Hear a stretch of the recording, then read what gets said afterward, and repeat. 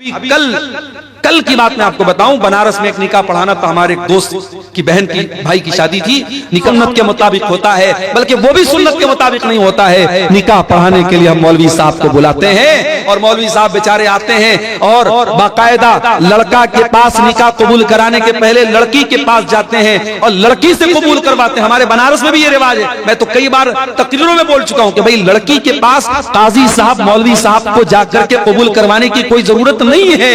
इस्लाम में लड़की को कबूल नहीं करना है, कबूल करने का काम लड़के को करना है। अभी कल की बात मैं आपको बताऊं, बनारस में एक निकाह पढ़ाना था। हमारे एक दोस्त की बहन की भाई की शादी थी। निकाह पढ़ाने में गया तो अब वो सिस्टम तो वही था, लड़की के यहां भी जाना था, पर्दा लगा हुआ था, उधर लड़की बैठी है।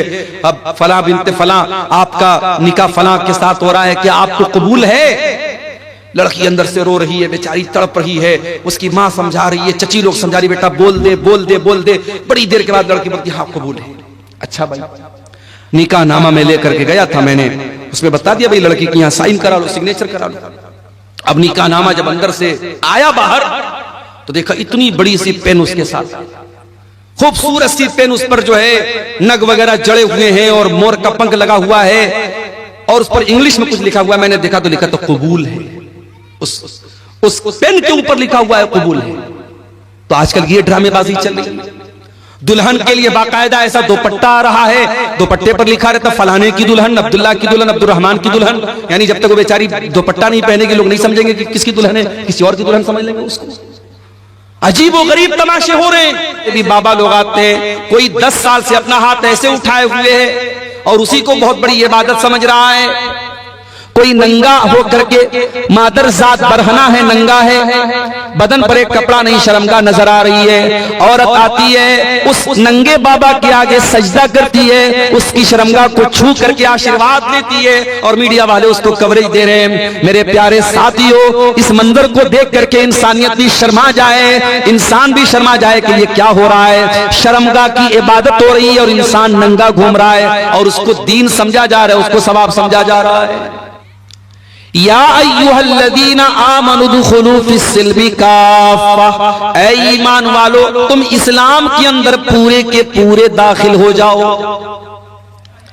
सुम्मा लातियन्नहुम मिन बैनि अयदीहिम व मिन खल्फिहिम व अन अयमानिहिम व अन शमाइलिहिम व ला तजिदु अक्सरहुम शाकिरीन। आय अल्लाह, मैं तेरे ज्यादातर बंदों को बहकाऊंगा। आय अल्लाह, आगे से भी बहकाऊंगा, पीछे से भी बहकाऊंगा, दाएं तरफ से भी बहकाऊंगा, बाएं तरफ से भी बहकाऊंगा। आय अल्लाह, हर तरफ से तेरे बंदों को बहकाऊंगा। व ला तजिदु अक्सरहुम शाकिरीन, और तेरे ज्यादातर बंदे तेरे नाशुक्र हो जाएंगे। तमूतुन्न इल्ला व अंतुम मुस्लिमून। या अय्युहन्नासु इत्तक़ू रब्बकुमुल्लज़ी खलक़कुम मिन नफ्सिन वाहिदह व खलक़ मिन्हा ज़ौजहा व बत्त मिन्हुमा रिजालन कसीरन व निसाअ वत्तक़ुल्लाहल्लज़ी तसाअलून बिही वल अरहाम इन्नल्लाहा काना अलैकुम रक़ीबा। या अय्युहल्लज़ीना आमनु इत्तक़ुल्लाहा व क़ूलू क़ौलन सदीदा युस्लिह लकुम अअमालकुम व यग़फिर लकुम ज़ुनूबकुम व मन युतिइल्लाहा व रसूलहू फ़क़द फ़ाज़ फ़ौज़न अज़ीमा। अम्मा बाद फ़इन्न खैरल हदीस किताबुल्लाह व खैरल हदी हदी मुहम्मदिन सल्लल्लाहु अलैहि वसल्लम व शर्रल उमूरि मुहदसातुहा व कुल्ल मुहदसतिन बिदअह व कुल्ल बिदअतिन ज़लालह व कुल्ल ज़लालतिन फिन्नार। अऊज़ु बिल्लाहि मिनश शैतानिर रजीम। बिस्मिल्लाहिर रहमानिर रहीम। या अय्युहल्लज़ीना आमनु दुखुलू फिस्सिल्मी काफ़ा व ला तत्तबिऊ खुतुवातिश शैतान इन्नहू लकुम अदुव्वुम मुबीन। मोहतरम उलमाए किराम, बुजुर्गों और दोस्तों, नौजवान साथियों, माँओं और बहनों, प्यारे बच्चों, आज के इस प्रोग्राम में जो कि बहुत कम वक्त में मुरतब किया गया, तय किया गया और बहुत आनन फानन इस प्रोग्राम की तरतीब बनाई गई। इस प्रोग्राम में आना मेरे लिए बहुत ही मुश्किल हो चुका था, क्योंकि आप जानते हैं इस वक्त फरवरी का महीना है और अक्सर मदरसों में सालाना इम्तिहानात का टाइम चल रहा है। ये वो टाइम होता है जिस टाइम में असातिज़ा को छुट्टी नहीं दी जाती, लेकिन हमारे अजीज मोहतरम नासिर भाई और इसी तरीके से हमारे करीम भाई ने इतना ज्यादा इसरार किया कि हमें इस प्रोग्राम के लिए वक्त हर हाल में निकालना ही पड़ा। कल रात में नेपाल में था मैं, रात भर का सफर करके बाई कार बनारस पहुंचा, सुबह मदरसे में क्लास ज्वाइन किया, फिर मदरसे से दोपहर में निकला स्टेशन के लिए, तकरीबन 4 बजे ट्रेन पकड़ करके फिर पटना पहुंचा, फिर पटना से 4 व्हीलर से, वो भी पूरी स्पीड से भागते हुए आपके बीच में पहुंचा।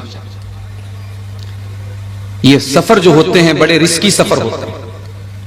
जब ड्राइवर पूरी स्पीड से गाड़ी चलाता है तो कभी कभी ऐसा भी होता है कि गाड़ी को कंट्रोल करना भी मुश्किल होता है।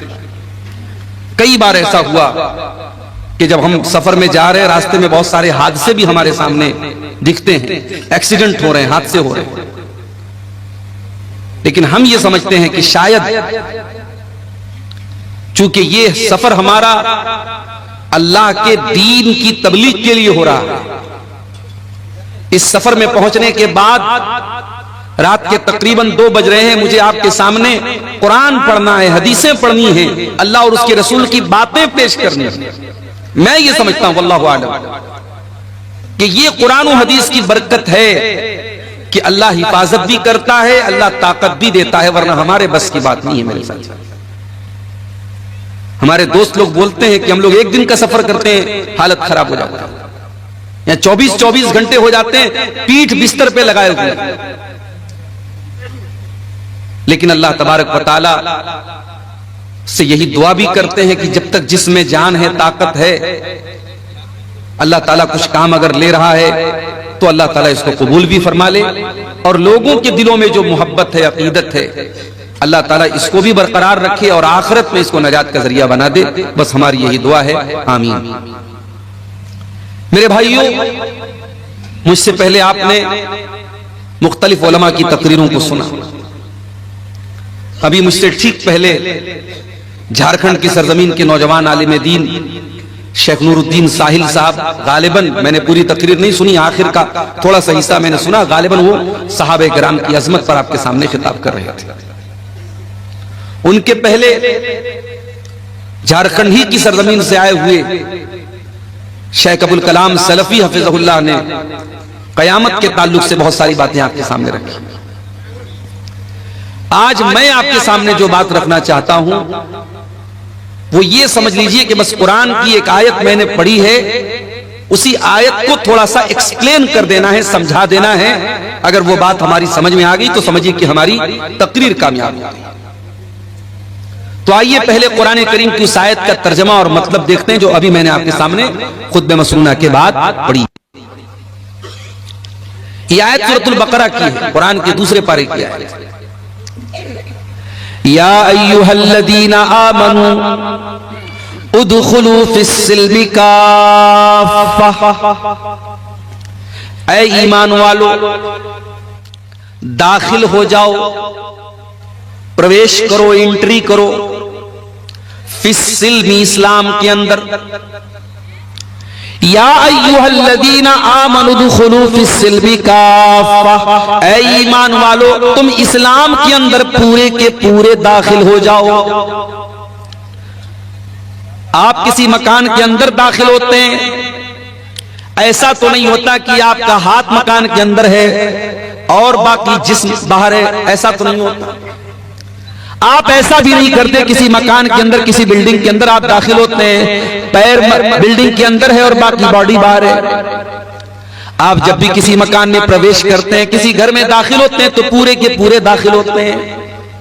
अल्लाह रब्बुल आलमीन फरमा रहा है उदखुलू फिस्सिल्मी काफ़ा, ऐ ईमान वालो तुम इस्लाम के अंदर पूरे के पूरे दाखिल हो जाओ।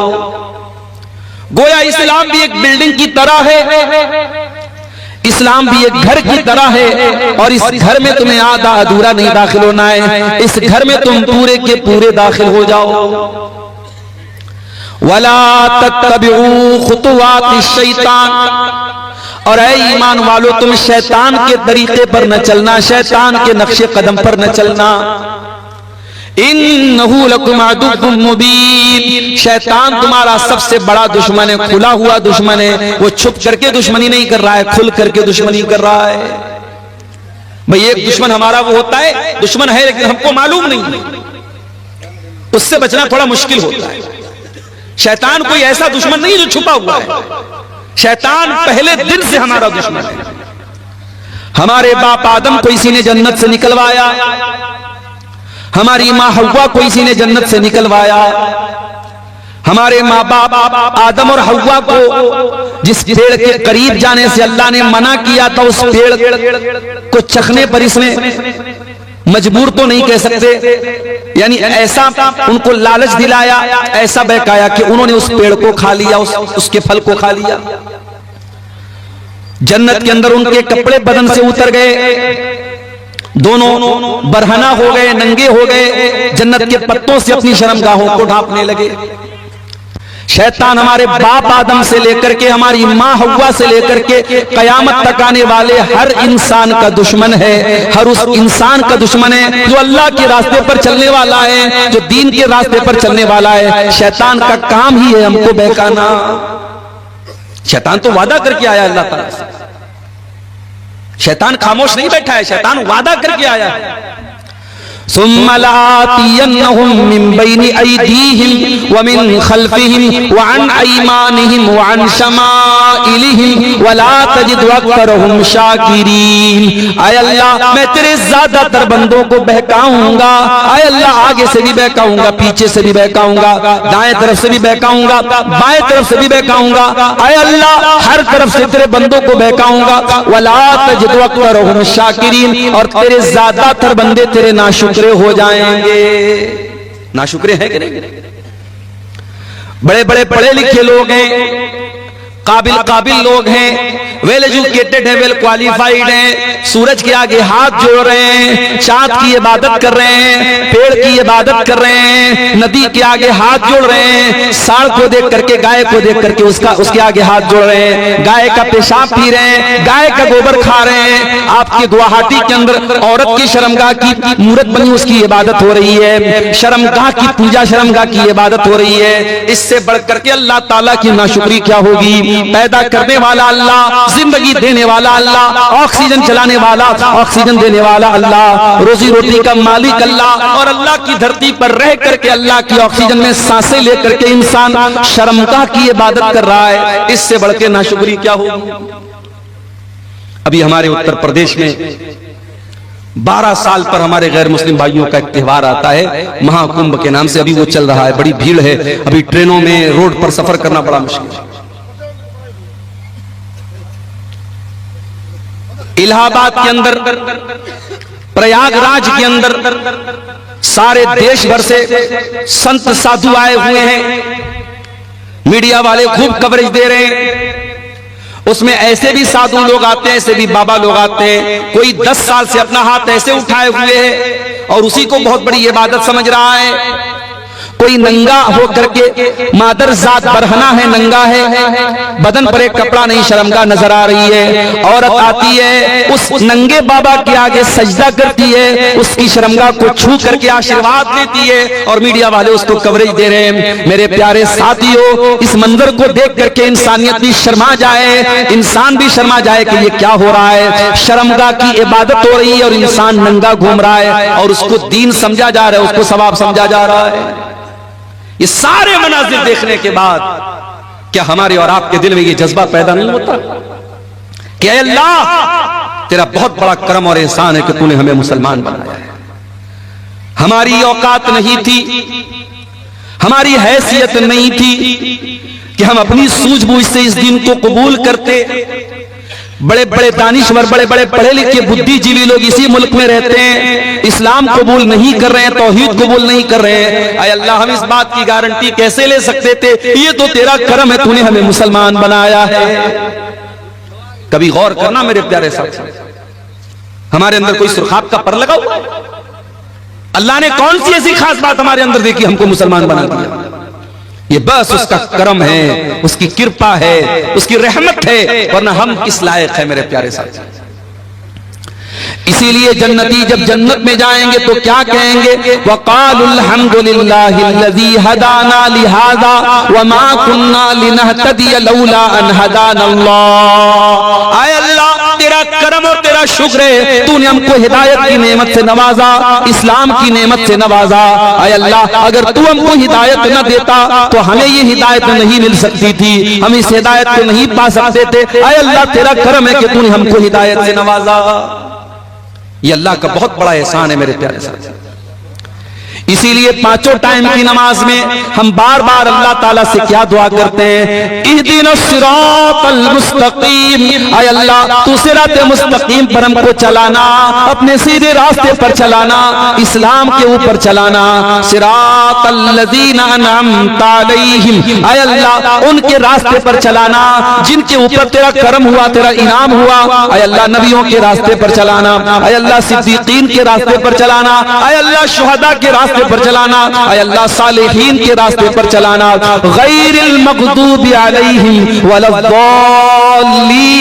आय अल्लाह, उनके रास्ते पर तू न चलाना जिनके ऊपर तेरा गजब नाजिल हुआ, उनके रास्ते पर न चलाना जो भटक गए। आय अल्लाह, यहूद और नसारा के तरीके पर न चलाना। ये दुआ करते हैं हम सूरह फातिहा की शक्ल में, पांचों टाइम की नमाज में हर रकात में हम ये दुआ करते हैं कि इतनी बड़ी नेमत है मेरे प्यारे साथियों इस्लाम, कि इस नेमत को हम बार बार अल्लाह से। इसीलिए कुरान में हमको ये दुआ सिखाई गई, रब्बना ला तुज़िग़ क़ुलूबना बअदा इज़ हदैतना व हब लना मिन लदुनका रहमह इन्नका अंतल वह्हाब। ईमान वाले ये दुआ करते हैं, ऐ परवरदिगार, जब तूने इस्लाम की नेमत से हमको नवाजा, जब तूने हिदायत की नेमत से हमको नवाजा, आय अल्लाह, दोबारा हमको भटकने न देना, गलत रास्ते पे जाने न देना, शिर्क के रास्ते पर जाने न देना, कुफ्र के रास्ते पर जाने न देना। आय अल्लाह, जब तूने हिदायत की नेमत से नवाजा तो फिर हमारे दिल की हिफाजत करना। इसी झारखंड की सरजमीन पर, रांची बहुत मशहूर शहर है, झारखंड का कैपिटल है आपके स्टेट की। नुसरत जहां नाम की एक लड़की, पांचों टाइम की नमाजी, रोजेदार, उलमा के बयान सुनने वाली, एक दीनी बैकग्राउंड, एक रिलीजियस बैकग्राउंड से ताल्लुक रखने वाली लड़की मुर्तद हो जाती है और नुसरत जहां से निशा सिंह बन जाती है। कभी आपने सोचा कि ये वाकयात क्यों हो रहे हैं? आपके लिए तो एक न्यूज है साहब, अखबार में खबर आ गई, हमने एक न्यूज की तरह, एक समाचार की तरह सुन लिया। माफ करना मेरे प्यारे भाइयों, अगर आपकी कौम की कोई लड़की निशा सिंह बन रही है नुसरत जहां से, तो पूरी कौम के लिए सोचने का मकाम है। पूरी कौम के चेहरे के ऊपर बहुत बड़ा थप्पड़ है कि आप अपने दीन की अहमियत अपनी कौम की बच्चियों को न बता सके। ओ साल में एक बार जलसा करा करके अपनी लड़कियों को दीन सुनाने वालों, तुम्हारी बेटियां अगर दीन की अहमियत को जानती, अगर इस्लाम की नेमत को जानती, तो कोई नुसरत जहां आज निशा सिंह न बनती। इस्लाम को जाना ही नहीं हमने, इस नेमत की कद्र और कीमत को जानती अगर वो औरत, तो कभी मेरे प्यारे साथियों इस्लाम को छोड़ने की जुर्रत न करती। अरे इस्लाम तो वो नेमत है जिसको पाने के लिए सहाबे किराम ने सब कुछ कुर्बान कर दिया। इस्लाम तो इतनी बड़ी नेमत है। सुमैया बिन्त खय्यात को देखो, जवान बेटा सामने खड़ा हुआ है। अबू जहल कहता है बूढ़ी माँ, ऐ सुमैया तेरा जवान बेटा सामने खड़ा है, हम नहीं चाहते तुझे तेरे बेटे के सामने नंगा कर दे। ऐ सुमैया तू इस्लाम को छोड़ दे वरना तेरे बेटे के सामने तुझे नंगा कर देंगे। सोचो मेरे भाइयों, एक माँ के लिए कितनी अज़ियत की बात है, उसके जवान बेटे के सामने उसको बरहना कर दिया जाए। ऐ सुमैया तू बूढ़ी हो चुकी है, तेरे बदन में कमजोरी आ चुकी है, मगर तेरा ईमान तो फौलाद के जैसा मजबूत है। सुमैया ने जवान बेटे के सामने नंगा हो जाना गवारा कर लिया, मगर तौहीद को छोड़ना गवारा न किया, इस्लाम को छोड़ना गवारा न किया। और चश्मे फलक ने वो मंजर भी देखा, एक बूढ़ी औरत के बदन से कपड़े उतार लिए गए, जवान बेटे के सामने उसको बरहना कर दिया गया। इतने पर अबू जहल ने बस न किया, फिर कहा कि ये सुमैया आखिरी मौका तुझे दे रहा हूं, इस्लाम को छोड़ दे वरना तुझे कत्ल कर दूंगा। बर्ची उठाया, सुमैया का इस्लाम को छोड़ने वाली थी, अबू जहल ने बर्ची उठाया और सुमैया की शर्मगाह के ऊपर दे मारा। ऐ सुमैया तू अल्लाह को प्यारी हो गई, तू शहीद हो गई, तेरे बदन का खून गिर गया, अल्लाह की राह में शहीद होने वाली तू पहली खातून बन गई और तूने दुनिया की आने वाली औरतों को यह पैगाम दे दिया, ऐ दुनिया की औरतों तुम्हें दुनिया नाजुक समझेगी, तुम्हें दुनिया कमजोर समझेगी, तुम दुनिया को बता देना अगर औरत के पास ईमान की दौलत और ईमान की ताकत हो, औरत से ज्यादा ताकतवर कोई नहीं होता है।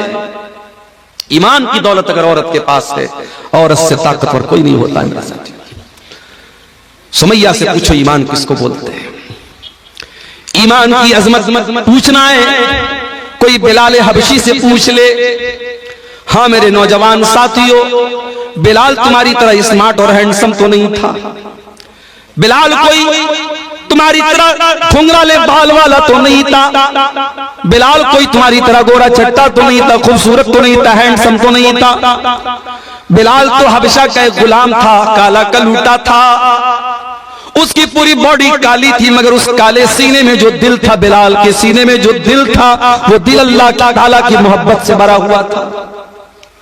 ओ दुनिया वालों, तुमने तो जब भी देखा है लोगों की सूरतों को देखा है, लोगों के चेहरों को देखा है, आओ तुम्हें बिलाल की सीरत भी दिखाते हैं। बिलाल काले हैं, बिलाल का बदन काला है और बिलाल के काले बदन को उनका मालिक अरब के तपते हुए सहरा पर लिटा देता है। नीचे गरम गरम बालू है, नीचे गरम गरम रेत है और बिलाल के सीने पर गरम पत्थर भी रख देता है। बिलाल के सीने की चर्बी भी पिघल रही है और बिलाल की पीठ भी पिघल रही है और बिलाल का मालिक कहता है, उमैया बिन खल्फ कहता है, ऐ बिलाल तेरे सीने की चर्बी को पिघलाना हमें अच्छा नहीं लगता, तुझे टॉर्चर देना हमें अच्छा नहीं लगता। ऐ बिलाल हम तुझे टॉर्चर करना बंद कर देंगे, बस एक शर्त है, तू अल्लाह की तौहीद को छोड़ दे और हमारे 360 माबूदों का इकरार कर ले, हमारे साथ तू भी शिर्क का नारा लगा दे और ला इलाहा इल्लल्लाह की आवाज तू निकालना बंद कर दे। बिलाल हम तुझे तकलीफ देना छोड़ देंगे। बिलाल की जबान से आवाज नहीं निकल रही, बिलाल कुछ कहने की पोजीशन में नहीं है, मगर उस गर्म पत्थर के नीचे और उस तपते हुए सहरा में लेटे हुए बिलाल की जबान से एक लफ्ज सुनाई देता है। बिलाल कहते हैं, अहद अहद अहद, मैं जिस अल्लाह की इबादत करता हूँ वो एक है, वो यकता है, वो अकेला है, मैं एक अल्लाह की इबादत करने वाला हूँ। ऐ उमैया बिन खल्फ तू लाख मेरे सीने पर गर्म पत्थर रख दे, तू लाख मेरे बदन की चमड़ी को जला डाले, ऐ उमैया बिन खल्फ बिलाल अल्लाह ताला की तौहीद को छोड़ने वाला नहीं है। अहद अहद, मेरा अल्लाह एक है, मेरा माबूद एक है, मेरा रब एक है। वो लोगों, इस्लाम वो नेमत है जिसकी हिफाजत की खातिर बिलाल के सीने की चर्बी पिघल गई, मगर बिलाल ने इस तौहीद को नहीं छोड़ा। ये शहादत गए उल्फत पे कदम रखना है, लोग आसान समझते हैं मुसलमान।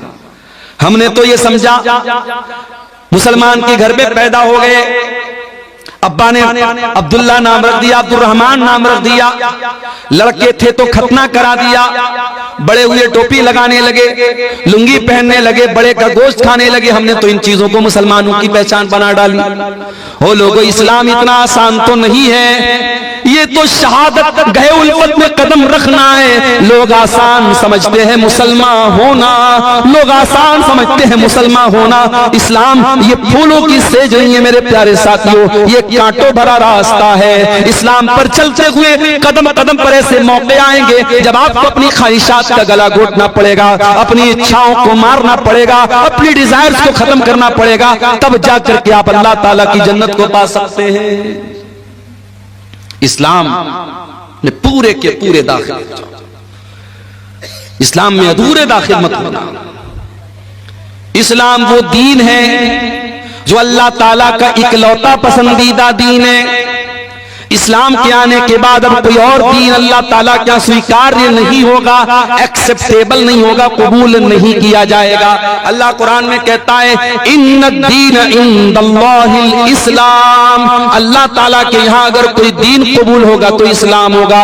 अल्लाह फरमाता है वमन यब्तगी गैरल इस्लाम दीनन फलन युक़बल मिन्हु व हुवा फिल आखिरति मिनल खासिरीन। तुम इस्लाम को छोड़ करके कोई और मजहब लेकर के आओगे, तुम जितनी भी नेकी का पहाड़ लेके आ जाओ, अगर इस्लाम के अलावा कोई और मजहब लेकर के आओगे कबूल नहीं किया जाएगा। दुनिया के और मजहब में अल्लाह को खुश करना है, शादी नहीं कर सकते। बड़े बड़े ईसाइयों के गिरजाघरों में चले जाओ, वहां आपको ऐसी औरतें मिलेंगी जिनको नन कहा जाता है। ये नन वो औरतें होती हैं जो जिंदगी भर शादी नहीं करती हैं, जो अपने आप को चर्च के लिए खास कर लेती हैं। उनका अकीदा ये होता है अगर अल्लाह ताला को राजी करना है, खुश करना है, तो हम शादी नहीं करेंगे, हम शौहर के पास नहीं जाएंगे, हम सारी जिंदगी चर्च में रहेंगे। उनको नन कहा जाता है। ये अकीदा है ईसाइयों का। हमारे हिंदू भाइयों क्या एक अकीदा है, अगर आपको ईश्वर को प्रसन्न करना है, अल्लाह को खुश करना है, तो आपको ब्रह्मचारी बनना पड़ेगा, दुनिया को त्यागना पड़ेगा, पत्नी से दूर रहना पड़ेगा, बच्चों से दूर रहना पड़ेगा, दुनिया को मोह माया समझ करके दुनिया को त्याग देना होगा, दुनिया को छोड़ देना होगा। जरा सोचो मेरे प्यारे साथियों, अगर ये तसव्वुर इस्लाम का भी होता तो कितनी परेशानी होती। आए अल्लाह तेरा शुक्र है तूने हमें मुसलमान बनाया और इस्लाम जैसा दीन हमको दिया जिसमें दुनिया को त्यागने का, दुनिया को छोड़ने का हुक्म नहीं दिया गया, बल्कि कुरान में अल्लाह हमको दुआ सिखाता है कि ऐ मेरे बंदो ये दुआ पढ़ा करो, रब्बना आतिना फिद दुनिया हसना व फिल आखिरति हसना व क़िना अज़ाबन्नार। ऐ परवरदिगार हमारी दुनिया को भी अच्छा बना दे, हमारी आखिरत को भी अच्छा बना दे और हमें जहन्नम की आग से तू बचा ले। ये कुरान की सबसे जामे दुआ है और ये वो दुआ है मेरे प्यारे साथियों। अगर आपने कभी हज किया होगा, कभी उम्रा किया होगा, जब आप तवाफ करते हैं खाने काबा का तो हजर अस्वद और रुकन यमानी के बीच में इस दुआ को पढ़ते हैं। ये इतनी प्यारी दुआ है मेरे साथ। अल्लाह के प्यारे नबी एक दुआ पढ़ा करते थे, किया करते थे, अल्लाहुम्मा सल्लिह ली दीनी अल्लज़ी हुवा इस्मत अमरी। आय अल्लाह मेरे दीन को ठीक कर दे क्योंकि मेरे मामले की बुनियाद तो मेरे दीन के ऊपर है। व अस्लिह ली दुनियाया अल्लती फीहा माशी, और अल्लाह मेरी दुनिया को भी ठीक कर दे क्योंकि जिंदगी तो मुझको दुनिया के अंदर गुजारना है। व अस्लिह ली आखिरती अल्लती इलैहा मादी, और अल्लाह मेरी आखिरत को भी तू ठीक कर दे क्योंकि मरने के बाद लौट करके वहीं जाना है। वजालिल हयात ज़ियादतन ली फी कुल्li खैर, और अल्लाह मेरी जिंदगी को ऐसा बना दे कि जिंदगी का हर दिन नेकी में इजाफे का सबब बन जाए, जिंदगी में हर दिन भलाई में इजाफा हो, नेकी में इजाफा हो। वजालिल मौत राहतन ली मिन कुल्li शर, और अल्लाह जब तुम मौत देना तो ऐसी मौत देना कि हर तकलीफ से, हर शर से मुझको नजात मिल जाए। ये बड़ी जामे दुआ है। अल्लाह के प्यारे नबी ये दुआ पढ़ा करते थे, तो हमें ये दुआ सिखाई गई मेरे साथ। हमारे नबी ने शादी भी की, एक साथ आपकी 9 बीवियां थी, सबका हक आप अदा करते थे। आपके कुछ सहाबा ने जब शादी ना करने का इरादा कर लिया, मिसाल के तौर पर एक सहाबी थे, उनका नाम था उस्मान बिन मज़ून रज़ी अल्लाह ताला अन्हु। उन्होंने ये तय कर लिया कि मैं शादी ही नहीं करूंगा।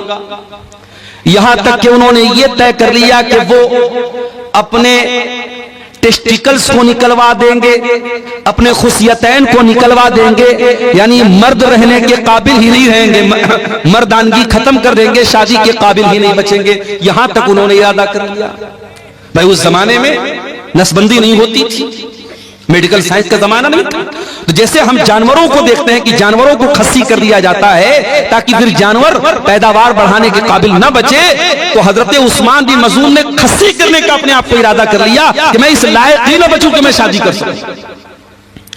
अल्लाह के नबी को पता चला, आपने उस्मान बिन मज़ून को बुलवाया।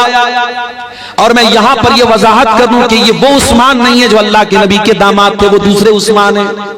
ये गलतफहमी मत पाल लीजिएगा। वो उस्मान बिन अफ़्फ़ान थे जो नबी के दामाद थे, ये दूसरे हैं। इनका नाम उस्मान बिन मज़ून था, इनके अब्बा का नाम मज़ून था। ये अल्लाह के नबी के पास आए, नबी ने पूछा क्या है उस्मान, मुझे ऐसा ऐसा पता चला है। कहा अल्लाह के नबी सही पता चला है। आपने फरमाया कि ऐ उस्मान, अतबतगी रहबानियतन, क्या तुम ये चाहते हो कि इस्लाम को छोड़ करके तुम रहबानियत अपना लो? ऐ उस्मान, मेरे दीन के अंदर रहबानियत नहीं है। ऐ उस्मान, मैं अल्लाह का नबी हूं, लेकिन कान खोल करके सुन लो। उमिरतु अन अनामा व अक़ूमा, मुझे अल्लाह ने हुक्म दिया है मैं रात में आराम भी करता हूं और रात में नमाज भी पढ़ता हूं। व असूमा व उफ्तिर, मैं रोजा भी रखता हूं और कभी कभी रोजा नहीं भी रखता हूं, मैं कंटिन्यू नफिल रोजा नहीं रखता हूं। और अल्लाह ने मुझको हुक्म दिया है मैं निकाह भी करता हूं, मेरी बीवियां भी हैं, और यही मेरा तरीका है। फमन रगीबा अन सुन्नती फलैसा मिन्नी, जो मेरे तरीके से हटेगा उसका मुझसे कोई ताल्लुक नहीं है। इस्लाम इतना प्यारा दीन है, रडुआ बन करके कोई जिंदगी गुजारे, कोई शादी ना करे, कोई बगैर जोड़े के रहे, इस्लाम की तालीम नहीं है। इस्लाम हुक्म देता है अपने लड़कों और लड़कियों की शादी कराओ। कोई लड़का, कोई मर्द बगैर बीवी के न रहे, कोई औरत बगैर शौहर के न रहे, ये इस्लाम की तालीम है। और आगे बढ़िए, अल्लाह के नबी के एक सहाबी हैं, नाम नोट कर लो, अब्दुल्ला बिन अमर बिन आस। नबी के सहाबा में 4 अब्दुल्ला बहुत मशहूर हैं। नहीं मालूम के दुआ वालों को शायद, उलमा को शायद पता है, बल्कि यकीनन पता होगा। अवाम की बात अगर करूं, रात रात भर तकरीर सुनने वालों को भी नहीं पता होगा। नबी के सहाबा में 4 अब्दुल्ला बहुत फेमस है, बहुत मशहूर हैं। अब्दुल्ला बिन उमर, अब्दुल्ला बिन मसूद, अब्दुल्ला बिन अमर बिन आस और अब्दुल्ला बिन अब्बास। ये 4 अब्दुल्ला बहुत मशहूर है साहबा। इनको अबादले अरबा कहा जाता है, 4 अब्दुल्ला।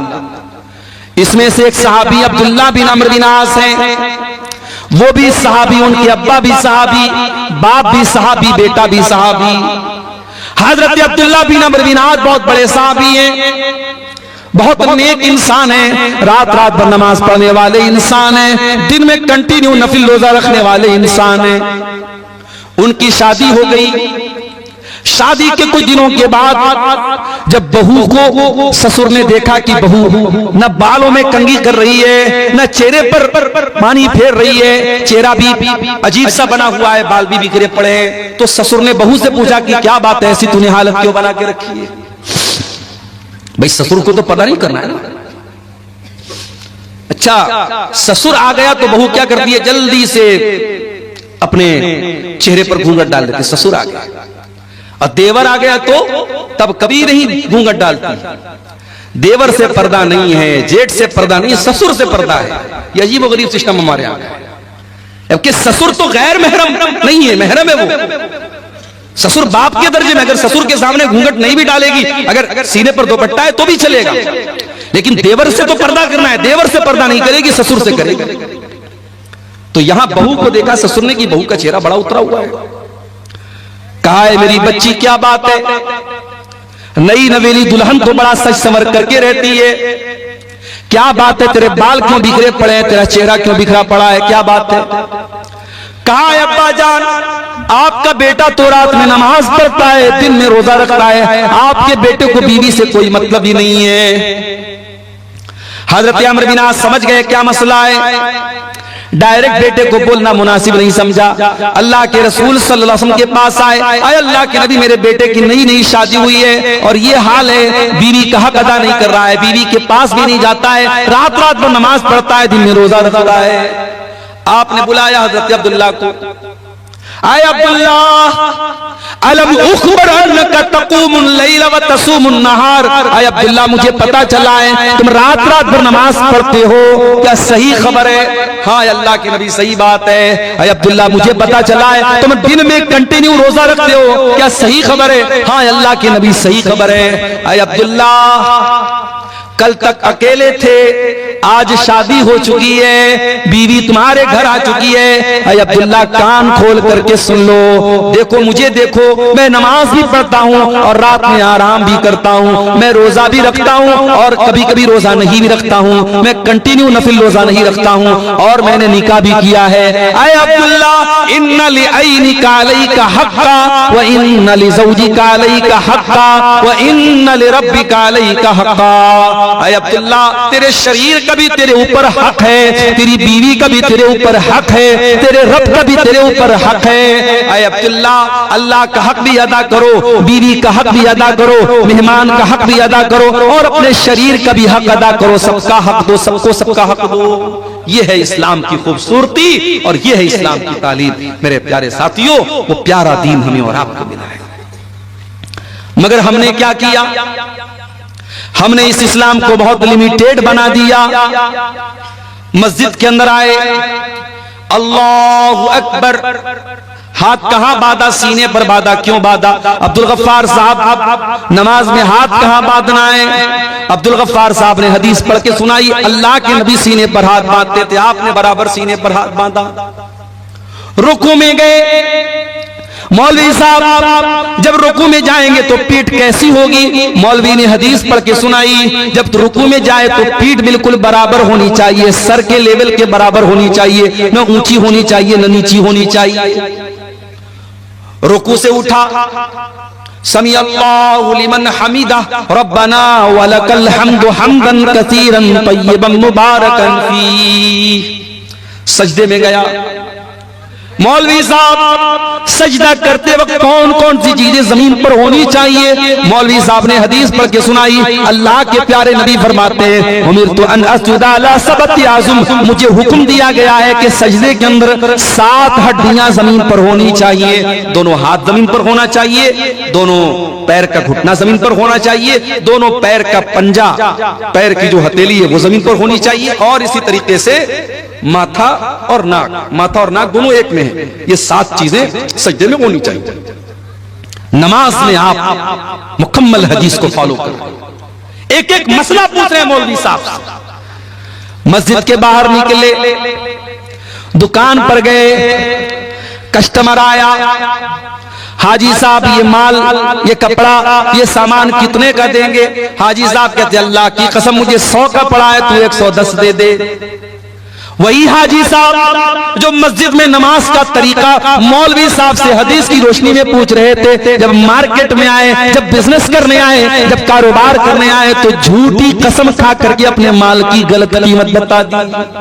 ओ लोगों, तुमने ये क्यों समझ लिया कि इस्लाम तुम्हारे कारोबार पर अप्लाई नहीं होता? इस्लाम कारोबार से बाहर किसी चीज का नाम है। ओ लोगों, इस्लाम एक मुकम्मल साबिते हयात का नाम है, इस्लाम एक मुकम्मल लाइफ स्टाइल का नाम है।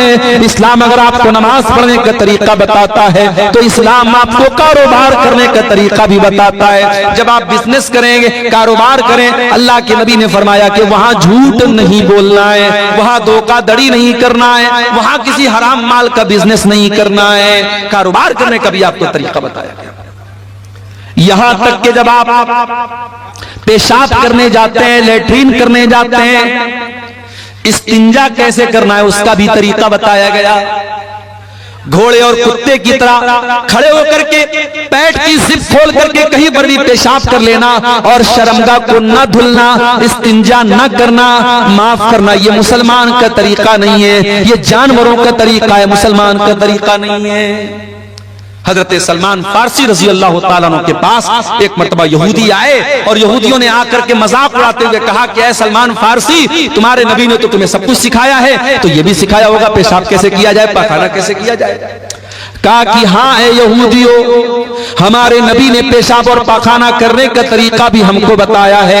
अमरना अल्लाह नस्तकबिल क़िबलत वला नस्तदबिरहा, हमारे नबी ने हमें हुक्म दिया है जब इस्तिंजा करने बैठे तो किबला की तरफ पश्चिम की तरफ न चेहरा करें न पीठ करें। और हमारे नबी ने हमको मना किया कि 3 से कम ढेले के जरिए इस्तिंजा न करें। और हमारे नबी ने मना किया कि हम गोबर या हड्डी से इस्तिंजा न करें। ये 3 हुक्म हमारे नबी ने तो हमें पेशाब और पाखाना करने का दिया है। गोया यहूदी तो मजाक उड़ाने के लिए आए थे, मगर सलमान फारसी ने जवाब दे दिया कि ऐ यहूदियों, तुम सही कह रहे हो, हमारे नबी ने हमारे लिए कोई चीज नहीं छोड़ी, हमारे नबी ने हमें पेशाब और पाखाना करने का तरीका भी हमको बताया। शादी हो गई आपकी, बीवी के पास आपको मिलने जाना है। हो सकता है ये टॉपिक दुनिया के लिए बहुत अजीब व गरीब टॉपिक हो, इस टॉपिक पर बात करना है गुनाह माना जाता हो, लेकिन इस्लाम इस टॉपिक पर भी बात करता है। और बीवी से मिलने के वो तरीके जो नाजायज और हराम हैं, इस्लाम उनसे मना करता है। आज हमारे नौजवानों में गंदी फिल्मों के जरिए, पॉर्न मूवीज के जरिए बहुत सारे गलत तरीके बीवी से मिलने के राइज हो चुके हैं। आज इसकी भी जानकारी करने की जरूरत है कि मियां बीवी के ताल्लुकात के सिलसिले में इस्लाम क्या कहता है। बहुत सारे गलत और नाजायज तरीके राइज हो चुके हैं और हमारे नौजवानों में जो बहुत सारे तरीके ऐसे मशहूर हो चुके हैं शहवत पूरी करने के, जो हराम और नाजायज है। कोई अपने हाथों से अपनी शहवत को बर्बाद कर रहा है, अपने शरीर को बर्बाद कर रहा है, और कोई शादीशुदा इंसान अपनी बीवी के साथ जो नेचुरल तरीका है उससे हट करके गैर फितरी तरीके से, जानवरों से भी बदतर जो तरीका है उस तरीके के साथ अपनी बीवी के पास जाता है। मेरे प्यारे साथियों, इस्लाम ने बीवी से मिलने के आदाब भी हमको बताए हैं। अल्लाह के नबी फरमाते हैं, इज़ा अता अहदुकुम अहलहू, जब तुम में से कोई अपनी बीवी के पास जाए तो मुलाकात करने से पहले ये दुआ पढ़े, बिस्मिल्लाह अल्लाहुम्मा जन्निबना शैतान व जन्निबिश शैतान मा रज़क़तना। ये दुआ पढ़ने के बाद अपनी बीवी के पास जाए अल्लाह के नाम से, आय अल्लाह तू हमें शैतान से बचा और हमारी पैदा होने वाली औलाद को भी तू शैतान से बचा। अल्लाह के प्यारे नबी फरमाते हैं, अगर कोई ये दुआ पढ़ने के बाद बीवी से मुलाकात करेगा, अगर औलाद पैदा होगी, अगर अल्लाह ने मुकद्दर में औलाद लिखी है तो शैतान उस औलाद को नुकसान नहीं पहुंचाएगा। बड़ी छोटी सी दुआ है, लेकिन आज हमें से बहुत सारे लोग बड़े दीनदार हैं, मगर ये छोटी छोटी बातें हैं। मेरे प्यारे साथियों, इस्लाम तो हमें बीवी से मिलने के आदाब भी हमको बताता है। और आगे बढ़िए, शादी ब्याह उसको हमने बिल्कुल खारिज कर दिया इस्लाम से।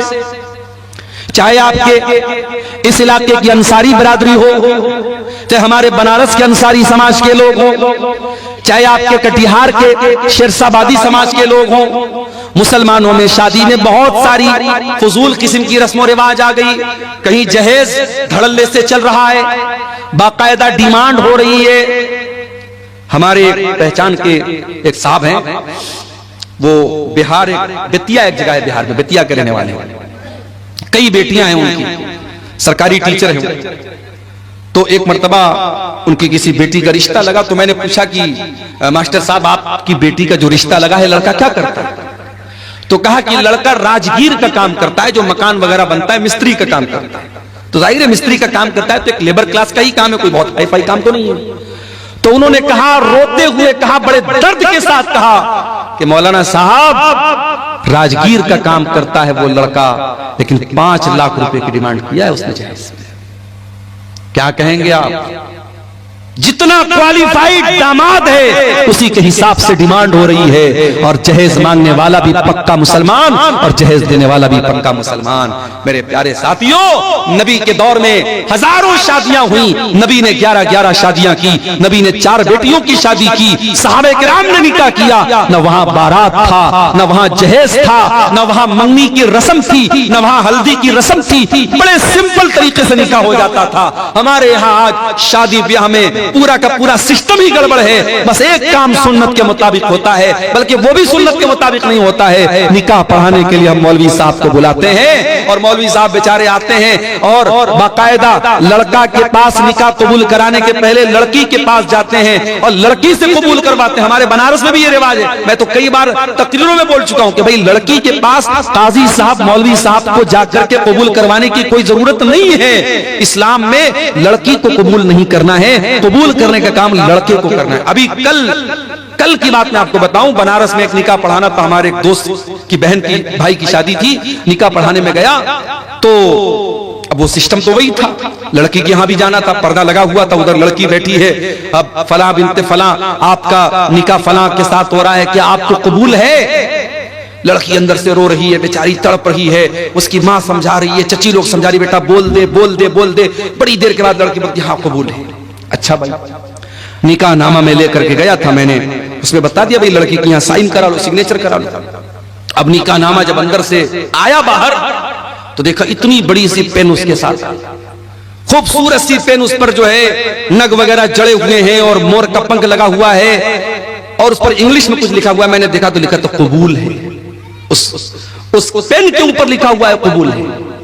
तो आजकल ये ड्रामेबाजी चल रही है। दुल्हन के लिए बाकायदा ऐसा दुपट्टा आ रहा है, दुपट्टे पर लिखा रहता फलाने की दुल्हन, अब्दुल्ला की दुल्हन, अब्दुर्रहमान की दुल्हन। यानी जब तक वो बेचारी दुपट्टा नहीं पहनेगी लोग नहीं समझेंगे कि किसकी दुल्हन है, किसी और की दुल्हन समझ लेंगे उसको। अजीब व गरीब तमाशे हो रहे हैं। नकाब पहन करके लड़कियां आजकल चलती हैं, नकाब के ऊपर एक पट्टी बनी है, पट्टी पर क्या लिखा? इस्लाम की शहजादी। अरे कैसी तू शहजादी है रे, कैसी शहजादी है तू नकाब की को बदनाम कर रही है। अगर वाकई में तो इस्लाम की शहजादी है तो अपने इस नकाब को सिंपल कर ले। आज देहातों में बहुत सारी जगहों पर देखते हैं नकाब के ऊपर लाइट लगी है, खूबसूरत सी लाइट लगी चमक रही। अरे भाई नकाब के ऊपर लाइट का क्या काम है? तो ये सब ढकोसलेबाजी हम कर रहे हैं मेरे प्यारे साथियों, माफ करना। इस्लाम इन ढकोसलेबाजियों का नाम नहीं है। इस्लाम बड़ा सिंपल दीन है। दूसरे के तरीके पर और दूसरों के नक्शे कदम पर चलने की कोशिश मत करो मेरे प्यारे साथियों। अल्लाह के नबी ने फरमाया लतत्तबिउन्ना सुनन मन कान क़ब्लकुम शिब्रम बिशिब्रिन व ज़िराम बिज़िरा। ऐ मेरी उम्मत के लोगों, तुम अपने से पहले के लोगों के तरीके पर चलोगे। अगर वो एक बालिश्त चले तो तुम भी एक बालिश्त चलोगे, अगर वो एक हाथ चले हैं तो तुम भी एक हाथ चलोगे। हत्ता लौ सलकू जो रज़बिन लसलकतुम।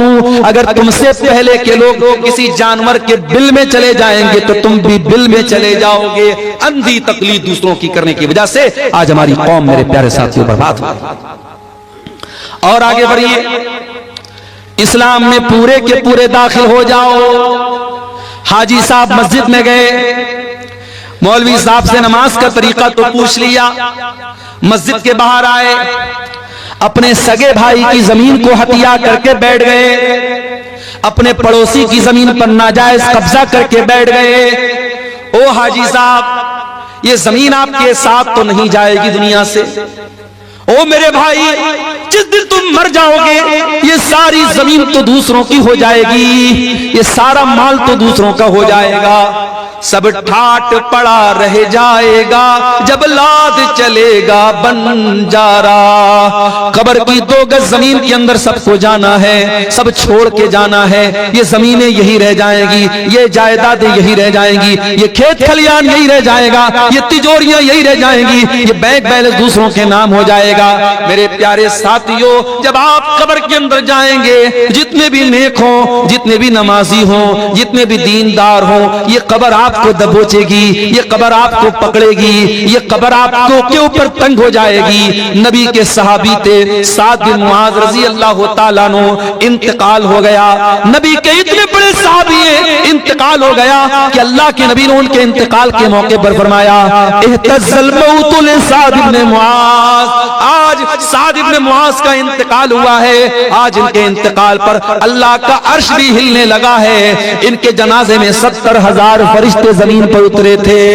इनका बदन भारी भरकम था। जब जनाजा उठाया गया तो जनाजा बड़ा हल्का मालूम हो रहा था। बाज मुनाफिकों ने कहा कि अरे जनाजा तो बड़ा हल्का मालूम हो रहा है। अल्लाह के प्यारे हबीब ने फरमाया इन्ना लहू हमलतन गैरुकुम। ऐ मेरे सहाबा, ये साद बिन मुआज का जनाजा है, इसके जनाजे में फरिश्ते भी शामिल हैं। इनके जनाजे को फरिश्तों ने उठा के रखा है।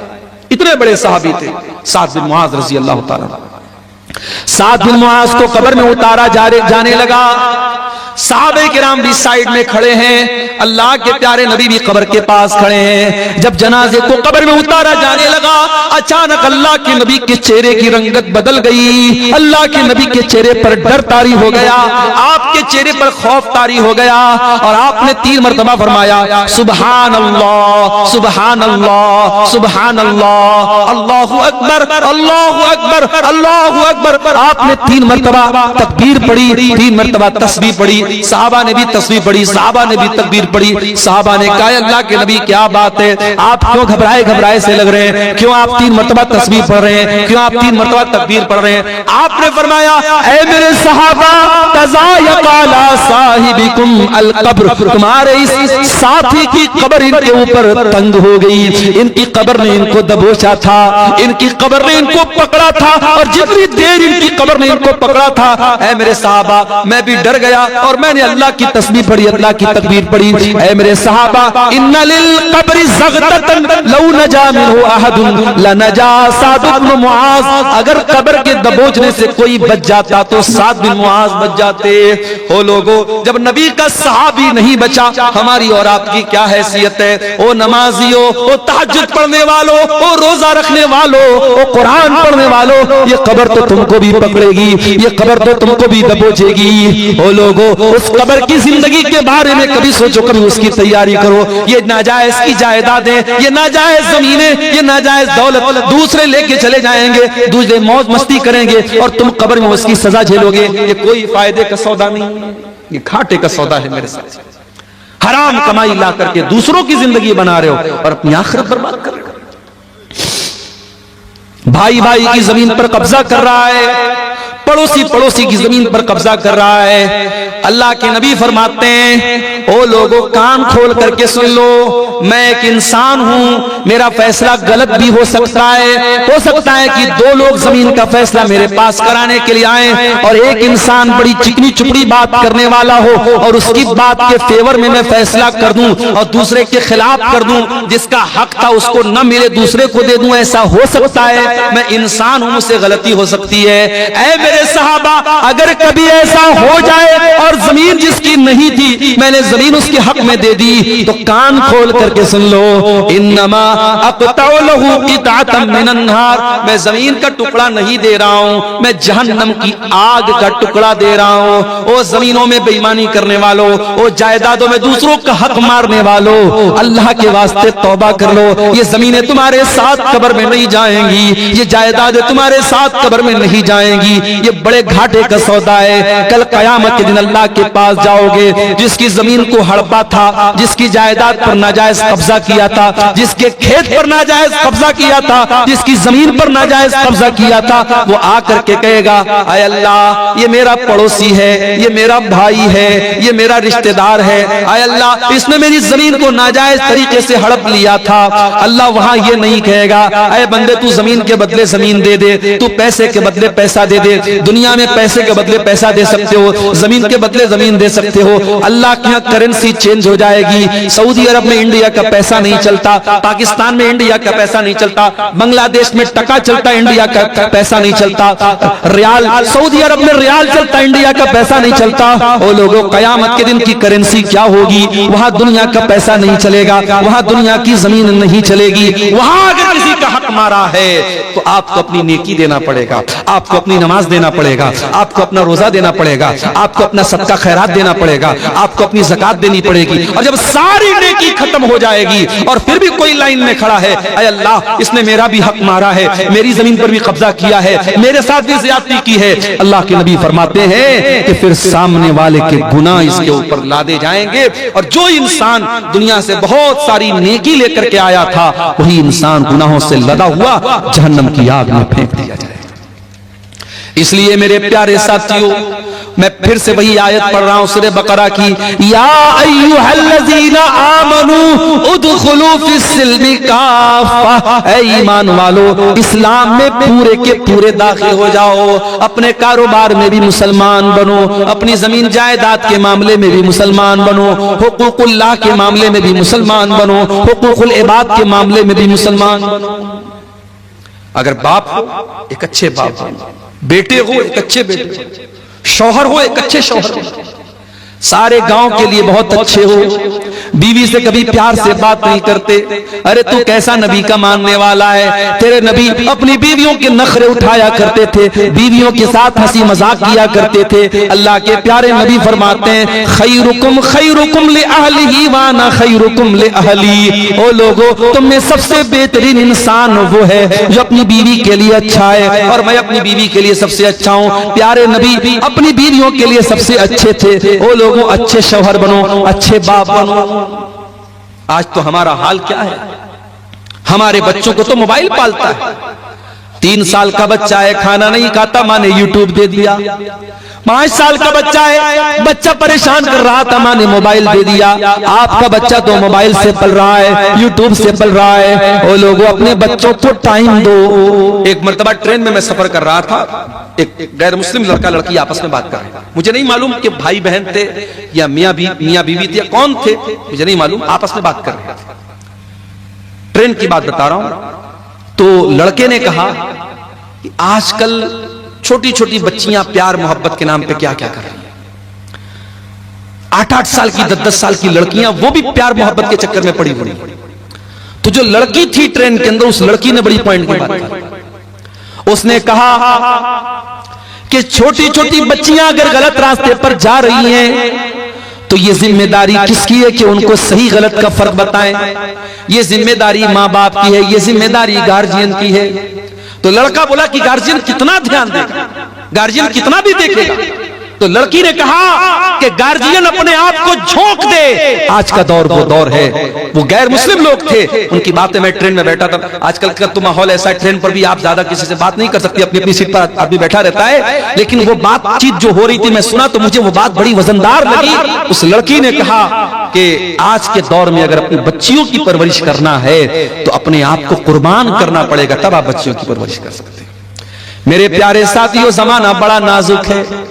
आपकी जवान होने वाली बेटियों को बहकाने के लिए हजारों रास्ते मौजूद हैं। फेसबुक मौजूद है, इंस्टाग्राम मौजूद है, व्हाट्सएप मौजूद है, स्कूल का गंदा माहौल है, कॉलेज का गंदा माहौल है, सोशल मीडिया है, इलेक्ट्रॉनिक मीडिया है, प्रिंट मीडिया है, शैतान के फितने हैं। आपकी जवान होने वाली नस्ल को बर्बाद करने के बहुत सारे रास्ते हैं। अगर आपने ध्यान न दिया, अगर आपने अपने आप को कुर्बान नहीं किया अपने बच्चों की तरबियत के लिए, कल पछताना पड़ेगा।